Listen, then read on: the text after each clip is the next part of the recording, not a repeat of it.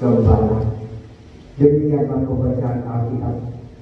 Hendaklah firman-Nya diam tinggal dengan limpahnya di antara kamu, dan ucaplah syukur kepada Allah.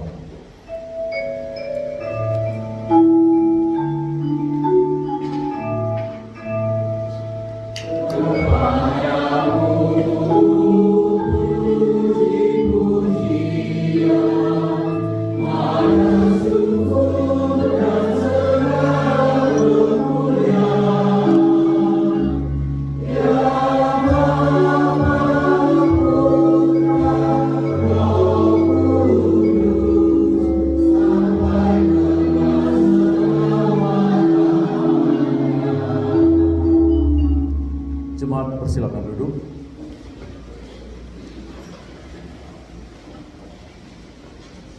Bapak Ibu, selamat pagi, Shalom. Sekali lagi Shalom. Apa kabar Bapak Ibu, sehat?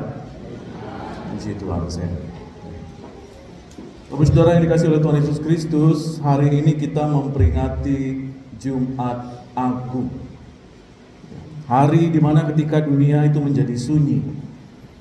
Hari di mana ketika langit seperti tertutup, karena inilah hari di mana Sang Juru Selamat itu digantung di atas kayu salib. Saudara, Jumat Agung itu bukan sekedar peristiwa sejarah, tetapi Jumat Agung ini adalah sebuah peristiwa kasih yang terbesar di seluruh sepanjang sejarah kehidupan manusia. Tidak ada peristiwa lain yang terbesar seperti penyaliban Yesus. Tetapi Bapak Saudara, kalau kita melihat dunia akhir-akhir ini, ternyata tidak jauh berbeda kondisi kita dengan 2000 tahun yang lalu. Saat ini ada banyak peristiwa penderitaan. Dentuman perang di wilayah konflik Timur Tengah, ketegangan antara Amerika Serikat, Iran, dan sekutu-sekutunya, itu bukan lagi berbicara tentang isu geopolitik, melainkan ini adalah sebuah krisis kemanusiaan yang meluas dan berlapis. Di balik strategi militer dan diplomasi, ada sebuah kenyataan yang lebih sunyi yang dapat kita lihat, bahwa manusia itu kembali menjadi korban dari ambisi manusia itu sendiri. Kalau Bapak Ibu lihat lonjakan harga minyak dunia, itu sudah menembus yang namanya angka psikologis, Bapak Ibu. Terganggunya selat jalur vital seperti Selat Hormuz itu sudah mulai dirasakan dampaknya lintas negara. Ternyata perang itu tidak lagi hanya di batas wilayah, tetapi sudah menjalar masuk ke dapur, tempat di mana kita tinggal, masuk ke dalam tempat kerja, bahkan juga masuk di dalam tempat kita melayani Tuhan. Dunia saat ini saling terhubung, Bapak Ibu, tetapi terhubung karena saling menanggung penderitaan. Di Indonesia, kita memang tidak sedang dalam perang angkat senjata, mengirimkan nuklir dan lain sebagainya, tidak. Tetapi di Indonesia, kita sudah mulai merasakan dampaknya. Harga kebutuhan sudah mulai naik. Kita bersyukur harga BBM tidak jadi naik. Tapi para menteri bilang sedang dikaji. Tidak mungkin turun, minimal bertahan. Tapi sampai kapan? Sehingga ekonomi sudah mulai terasa berat, Bapak Ibu Saudara. Ada banyak masa depan yang sudah tidak bisa dipastikan. Banyak orang hidup dalam ketakutan, dalam kecemasan, dan anak-anak Tuhan sudah mulai kehilangan arah. Dalam kondisi dunia seperti inilah, maka firman Tuhan di dalam Yohanes pasal yang ke-10 ayat 14 sampai 16 yang kita sudah baca tadi sangat relevan bagi kita pada pagi ini. Bapak Saudara, ayat ini adalah ayat yang sangat dalam maknanya. Tadi saya sampaikan kepada Pak Frans, tolong bacanya pelan-pelan Pak Frans, karena 3 ayat ini cukup dalam maknanya. Ayat ini berbicara tentang kasih, berbicara tentang pengorbanan, bicara tentang keselamatan. Tetapi Bapak Saudara, ada yang paling penting lagi, ternyata ayat ini menjelaskan mengapa Yesus harus disalib.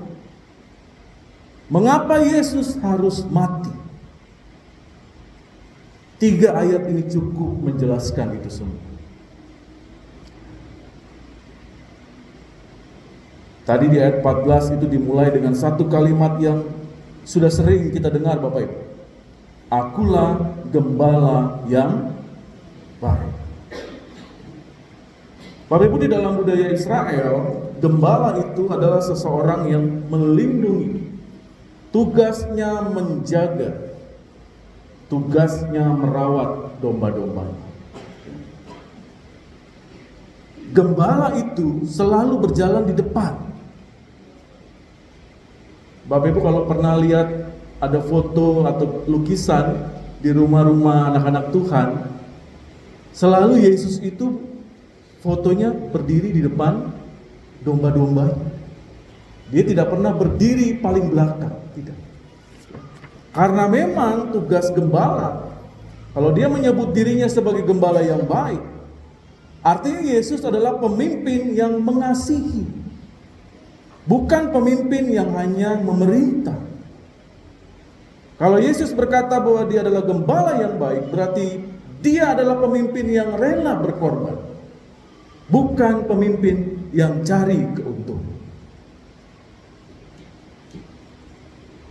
Lalu ayat selanjutnya berkata, Bapak Saudara, aku mengenal domba-dombaku. Ayat ini penting karena Yesus mengenal kita secara pribadi. Dia mengenal pergumulan kita, dia mengenal ketakutan kita, bahkan ada luka-luka yang paling dalam, Yesus tahu. Mengapa saya sampaikan ada luka-luka yang dalam? Karena dunia ini Bapak Saudara hanya melihat luar-luarnya kita. Ada anak-anak Tuhan yang dilihat karena jabatan, karena kekayaan, tetapi ternyata di dalamnya rapuh. Ada orang yang terlihat bahagia, tetapi sebenarnya dia sedang berduka. Dia sedang terluka. Ada orang yang terlihat sukses, ternyata dia sedang kehilangan arah. Yesus mengenal kita semua Bapak Ibu. Dan yang luar biasanya adalah Yesus tidak hanya mengenal kita, Dia mengasihi kita. Bahkan Dia berkata di situ, aku memberikan nyawaku bagi domba-domba. Inti dari Jumat Agung ini, Yesus bukanlah gembala yang hanya melihat dari kejauhan, menjaga dari jauh, tetapi Yesus adalah gembala yang rela mati bagi domba-domba. Bapak Ibu jangan pernah anggap ini konsep yang biasa. Oh tidak. Kalau ada gembala yang mati untuk domba-dombanya, ini adalah konsep kasih yang luar biasa. Kok bisa Pak Pendeta? Kita cari yang biasa itu seperti apa? Kalau konsep yang biasa, dombanya yang mati untuk gembala. Konsep yang biasa, dombanya yang dijual, dombanya yang disembelih untuk keuntungan. gembala. Tetapi di dalam Injil Bapak Ibu, gembala itu mati untuk domba-domba.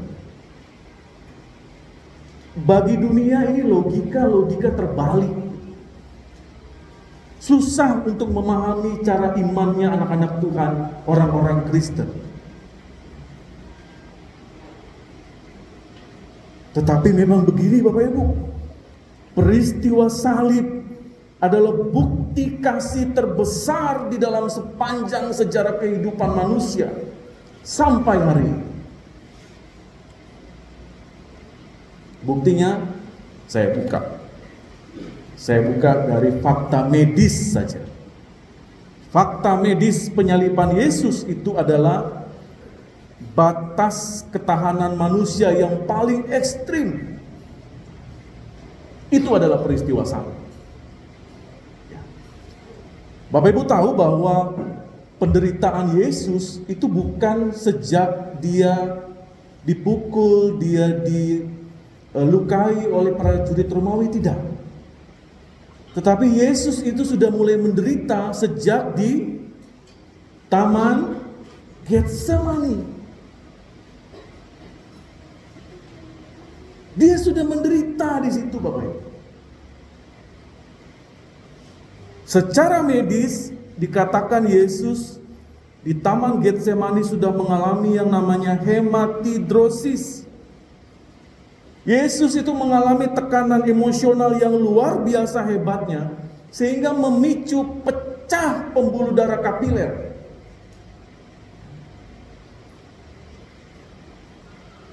Dan pecahnya itu masuk ke dalam kelenjar keringat. Izin ya dokter-dokter ya, saya menjelaskan ya. Efeknya apa Bapak Ibu? Efeknya kulit Yesus itu menjadi sangat rapuh dan menjadi sangat sensitif. Sensitif itu artinya kalau kita pegang, kita elus macam ini baik Bapak Ibu, sakitnya luar biasa. Apalagi ditambah dengan benda tajam yang dipakai oleh prajurit Romawi yang melukai Yesus yang disebut dengan flagrum. Flagrum itu alat yang dipakai prajurit Romawi yang biasa untuk menguliti manusia secara hidup-hidup. Ya, dia ada tali-tali kulit, di ujungnya itu ditaruh tulang-tulang yang tajam, lalu ada bola-bola besi, dan itu yang dipukul ke tubuh Yesus dengan kulitnya yang saat itu sedang sensitif karena pecah pembuluh darah. Kita buka lagi medis yang lain Bapak Saudara. Ternyata alat flagrum itu fungsinya adalah untuk merobek jaringan kulit lemak. Jadi begitu sudah sobek Bapak Ibu, denyut ototnya Yesus itu kelihatan nat gitu. Dengan darah yang sudah terus keluar. Dan itu memicu yang namanya hipovolemik. Apalagi Pak Pendeta, hipovolemik itu kondisi di mana jantung bekerja keras untuk memompa darah karena darah yang banyak keluar. Apalagi medis yang lain, mahkota duri. Mahkota duri itu Bapak Saudara tidak hanya melukai kulit kepala Yesus, tetapi itu menusuk cabang saraf yang namanya trigeminal. Saraf yang paling sensitif di sekitar muka. Efeknya apa? Seperti terbakar oleh api. Itu sampai masuk ke dalam otak. Apalagi Pak Pendeta ada. Ditambah lagi Yesus harus memikul namanya patibulum. Balok horizontal salib seberat 57 kilo. Dengan luka yang terbuka di sekitar punggung Yesus. Dan itu terus bergesekan dengan kayu kasar di setiap langkah Yesus menuju bukit Golgota. Dan itu jauh Bapak Ibu. Oktober 2025 kami para pendeta berangkat ke Yerusalem. Kami melewati Via Dolorosa itu dengan sepatu yang nyaman, baju yang nyaman, kami menelusuri jalan salib itu capek. Padahal hanya dengan tas dan air putih. Pada saat stasi yang kelima kami berhenti, capek. Stasi berikut kami berhenti. Karena jalannya naik, turun, licin, naik lagi, turun lagi. Lalu kami berpikir, ini gimana caranya Yesus sambil mikul salib dengan kehilangan darah yang banyak, luka yang terbuka, emosional yang hancur-hancuran. Ditambah lagi dengan paku yang menancap 18 cm, Bapak Ibu. Saya lupa bawa penggaris. 18 itu sekitar segini. Ditancapkan kemana, Bapak Ibu? Kalau menurut para ahli, ditancapnya itu bukan di lengan, tapi bukan di telapak tangan, tapi di lengan. Karena menurut para ahli, kalau ditancap di tangan, itu bisa sobek, Yesus bisa jatuh. Nambah gawe prajurit Romawi, katanya. Jadi taruh di sini, 18 cm. Nggak selesai, di kaki sama 18 cm, tapi tembus sampai ke tumit. Apa yang terjadi, Bapak Ibu? Itu seperti aliran listrik yang besar yang masuk ke dalam tubuh Yesus. Saking sakitnya. Dan yang terakhir yang membuat Yesus mati adalah gagal nafas, atau yang disebut dengan asfiksia. Asfiksia ini adalah pada saat Yesus hanya bisa menghirup nafas, dia nggak bisa menghembuskan nafas. Karena otot dadanya itu sudah tertarik oleh posisi salib. Gimana caranya bisa menghirup tapi nggak bisa menghembus? Sakitnya, Bapak Ibu. Kita aja pakai oksigen aja rasanya udah kayak apa? Pakai masker aja udah kayak apa? Ini menghembuskan nafas nggak bisa. Satu pertanyaan bagi kita, Bapak Ibu, apa yang telah saya jelaskan tadi secara medis. Satu pertanyaan yang muncul. Dengan kondisi yang sakit seperti itu, mengapa Yesus masih mau bertahan? Karena dia anak Allah, kemanusiaannya jelas. Sakitnya itu luar biasa sakit. Ada banyak orang-orang bertanya, kenapa nggak nyerah aja sih? Selesai kan? Oh enggak, Bapak Ibu Saudara. Kita baca Yesaya 53 ayat 5. Yuk kita buka sama-sama. Yesaya 53 ayat 5. Mengapa Yesus harus bertahan dengan sakit seperti itu? Yesaya 53 ayat 5.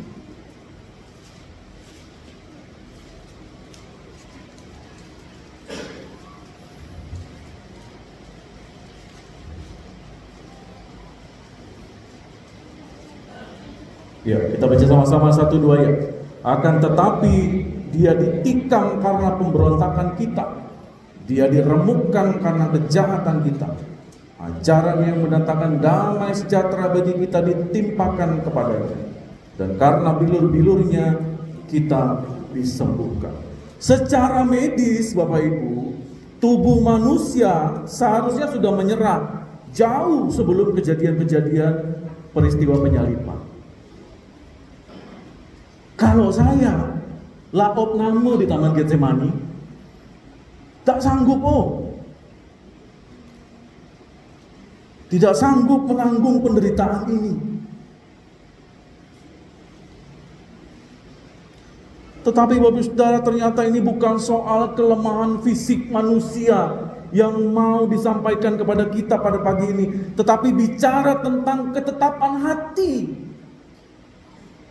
di mana Yesus harus menuntaskan harga sebuah penebusan bagi Bapak Ibu Saudara dan saya. Kalau Yesus nggak menetapkan hati, dia sudah pulang ke surga dari Taman Getsemani. Gak kau lagi ngurus kita ini. Tapi dia bicara tentang ketetapan hati dan mau menuntaskan segala sesuatunya. Yesus tidak mati karena kelemahan. Yesus tidak mati karena dia dipaksa mati, tetapi karena memang Yesus memilih mati, dan Yesus mati karena mengasihi kita semua.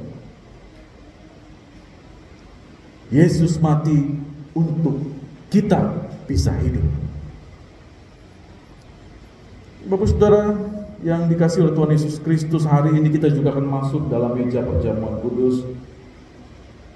Jumat Agung dan perjamuan kudus itu tidak bisa dipisahkan. Perjamuan kudus itu mengingatkan kita tentang tubuh Kristus yang disalibkan dan darah Kristus yang tercurah. Ketika kita mengambil roti, kita sedang mengingat bahwa tubuh Kristus yang hancur bagi kita.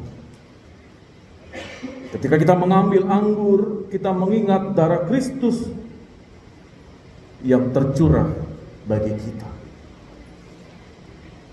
Sehingga Bapak Saudara, perjamuan kudus hari ini adalah sebuah momen di mana kita bisa merenung sangat dalam, dan itu harus Bapak Ibu lakukan hari ini. Momen di mana kita mengingat kasih Tuhan, momen di mana kita datang kepada Tuhan dengan hati yang rendah, dan saya mau tersungkur di depan kaki salib Yesus. Kalau Bapak Ibu Saudara hari ini datang karena Bapak Ibu capek sama kondisi keluarga Bapak Ibu, kalau ada yang datang hari ini karena sedang bergumul dengan pasangannya, dengan anak-anak, bahkan orang tua, ada yang bergumul tentang rasa sakitnya yang tidak pernah selesai, dan lain sebagainya. Bapak Saudara, Jumat Agung ini mengingatkan kepada kita semua bahwa Yesus sudah mati untuk kita, di mana salib bukan bicara tentang tanda kekalahan. Salib adalah tanda keselamatan. Maka hari ini setiap kita mari datang kepada Tuhan. Rendahkan dirimu. Saya selalu sampaikan di khotbah-khotbah kita di tempat ini, tidak ada yang perlu kita banggakan dan hebat-hebat di hadapan Tuhan. Semakin kau dekat kepada Tuhan, semakin engkau kecil di hadapan Tuhan. Tidak ada apa-apanya kita di hadapan Tuhan. Karena kita tahu kita tidak ada apa-apanya, makanya datanglah kepada sumber kehidupan, sumber kekuatan, sumber damai sejahtera Tuhan. Nggak ada lagi yang lain.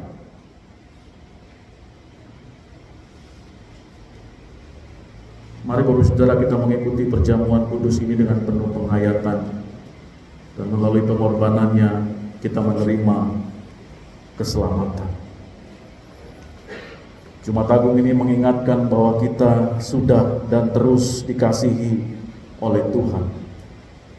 Dan kiranya Jumat Agung ini memulihkan iman kita, membawa kita semakin dekat kepada Tuhan, datang kepada Tuhan dengan hati yang bersyukur, karena gembala yang baik itu telah mati untuk Bapak Ibu Saudara dan saya. Lalu pertanyaan untuk kita Bapak Ibu Saudara, lalu Pak Pendeta, apa ya bentuk rasa syukur saya yang saya bisa lakukan dalam keseharian saya? Saya bukan orang-orang hebat Pak Pendeta, saya bukan pejabat, saya bukan orang kaya, saya nggak bisa khotbah, saya bukan pendeta. Bapak Saudara, tidak perlu Bapak Ibu harus jadi presiden dulu, Bapak Ibu harus jadi gubernur dulu, punya banyak harta dulu, jadi pendeta dulu, tetapi cukup lakukan hidupmu dengan benar. Lakukan hidupmu berkenan di hadapan Tuhan. Lakukan hal-hal yang sederhana tetapi konsisten.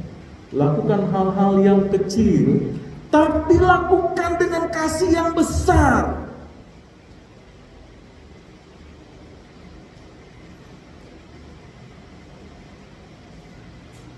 Saya mau tutup khotbah pagi ini dengan satu gambar. Boleh tampilkan? Saya foto tulisan ini, Bapak Ibu, ini tulisan ini ada di Hotel Aston Manokwari, Papua Barat. Jarang-jarang ya ada pendeta yang bisa menulis ini di sebuah tempat publik. Bapak Ibu, pendeta Kitchener ini 1947 dia diutus dari Eropa untuk membawa Injil ke tanah Papua.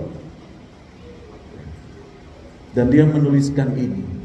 Sederhana sekali, tapi Bapak Ibu bisa pakai kalimat ini untuk menguatkan kita memaknai perjamuan kudus di Jumat Agung. Mari Bapak Ibu kita baca sama-sama 1-2 ya. Barang siapa yang bekerja di tanah ini dengan setia, jujur dan dengar-dengaran, maka dia akan berjalan dari tanda heran yang satu ke tanda heran yang lain. Bapak Ibu mendapatkan tugas di mana, diutus kemana, hidup di mana, bersama dengan siapa. Ingatlah akan kalimat ini. Barang siapa yang bekerja di tanah ini dengan setia, jujur dan dengar-dengaran, maka dia akan berjalan dari tanda heran yang satu kepada tanda heran yang lain. Lakukan hal-hal kecil untuk pasangan Bapak Ibu, untuk anak Bapak Ibu, untuk orang tua kita. Hal-hal sederhana, tapi lakukan dengan kasih yang besar. Tuhan Yesus memberkati kita semua. Amin.